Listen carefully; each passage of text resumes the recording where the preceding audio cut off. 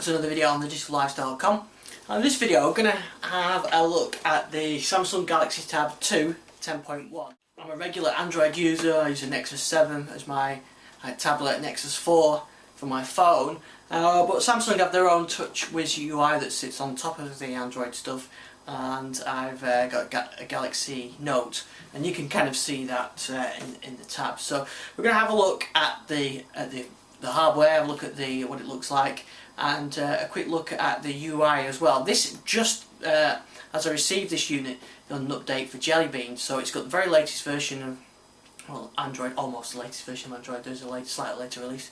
So it's got things like Google Now and everything else on it, so lots to look at in this video. Okay, so here we have the Galaxy Tab, Galaxy Tab 2 10.1, so this is the 10-inch version. Here is my iPad 3rd gen, so we can get an idea of the size comparisons there. You can see similar size screens, and pretty much similar weight as well.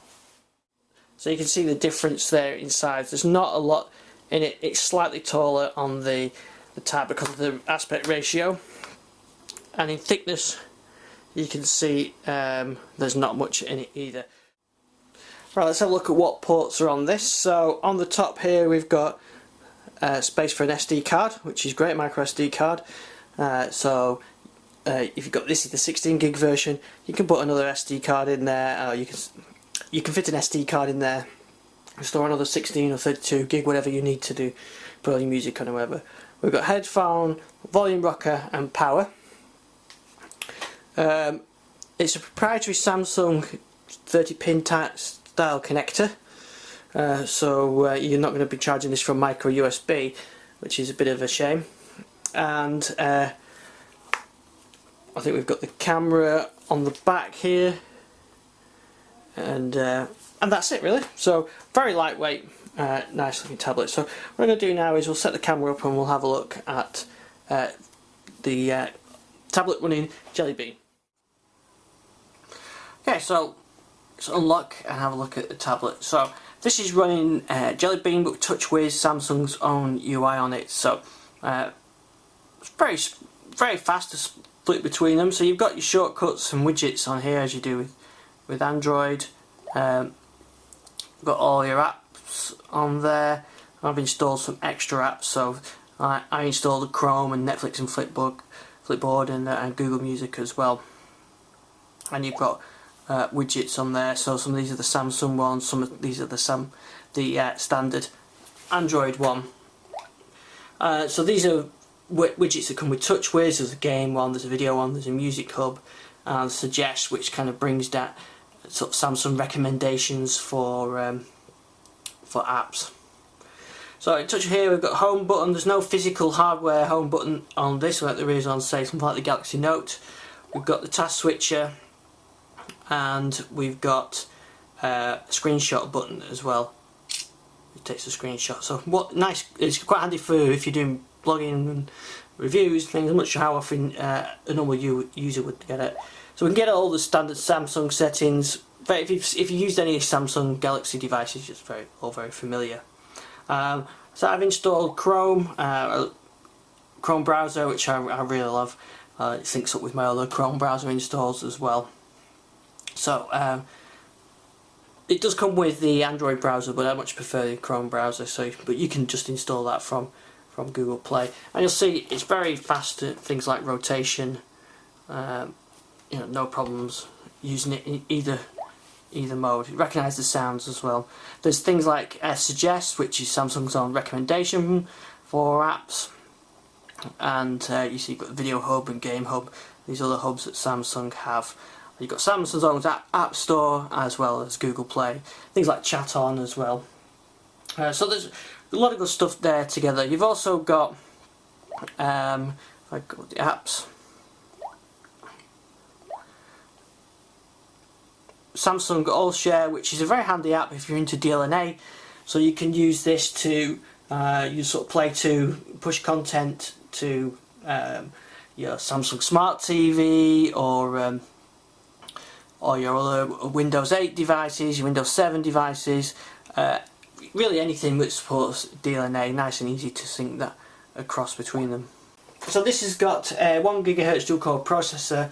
We mentioned the camera before, so there's a camera on here.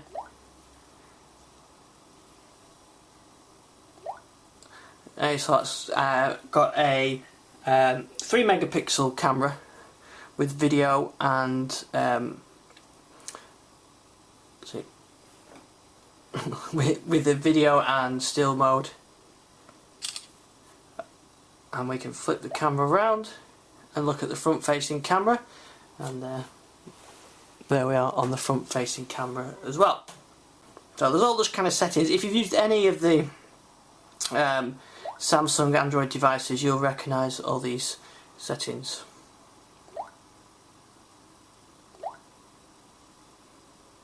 So that the just to confirm there, the front camera is a VGA camera, 640 by 480, which you could use for Skype or something like that. Let's have a listen to the speakers now, see what they sound like. So we've got front speakers there.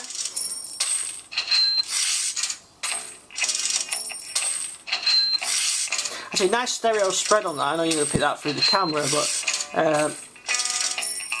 this track makes quite good use of stereo, and you can actually hear that. A lot of the devices where the speakers are around the back or whatever, you're not going to get that. So nice decent sound from the speaker.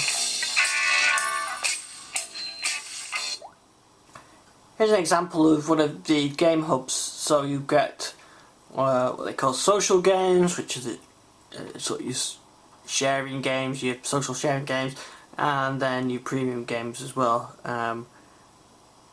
So if you're familiar with Android gaming, you can see this.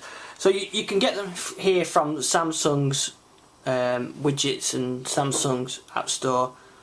Of course, you could just go and get them from the Play Store as well. So here we've got the Samsung Video Hub.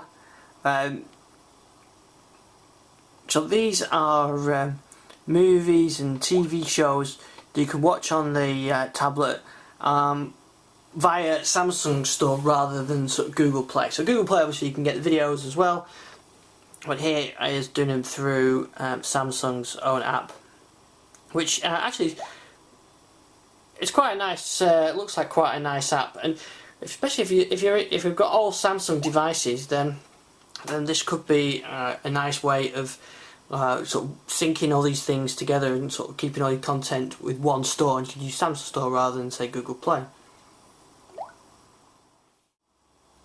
This is the Music Hub. It's using 7 Digital, and you can get a as I say, we've got a 7-day trial with that as well.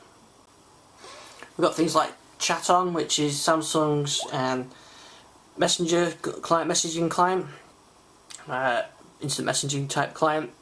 We've got all the usual Google services, YouTube, Maps, Gmail, everything else. So you can see Flipboard running on it, very smooth, great performance, so there's no problem with any lag or anything like that. So it feels very fast when you're using it, and you can easily switch between applications. Here's the on-screen keyboard as well, which you can see is quite a nice keyboard. So this is the Samsung Galaxy Tab 2 10.1.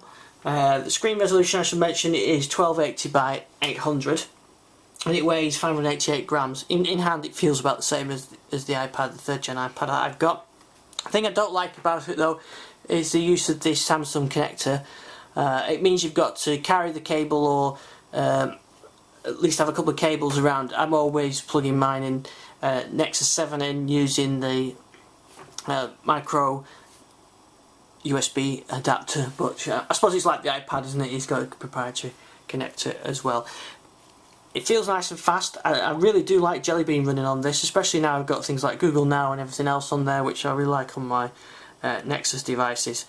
If I was after a 10-inch Android device, then this is definitely a good one to go for at that price. I'm sure there'll be a Tab 3 out soon, but at the moment this is a nice tablet for a reasonable price. Thanks for watching this video, and I'll see you in another one. Bye.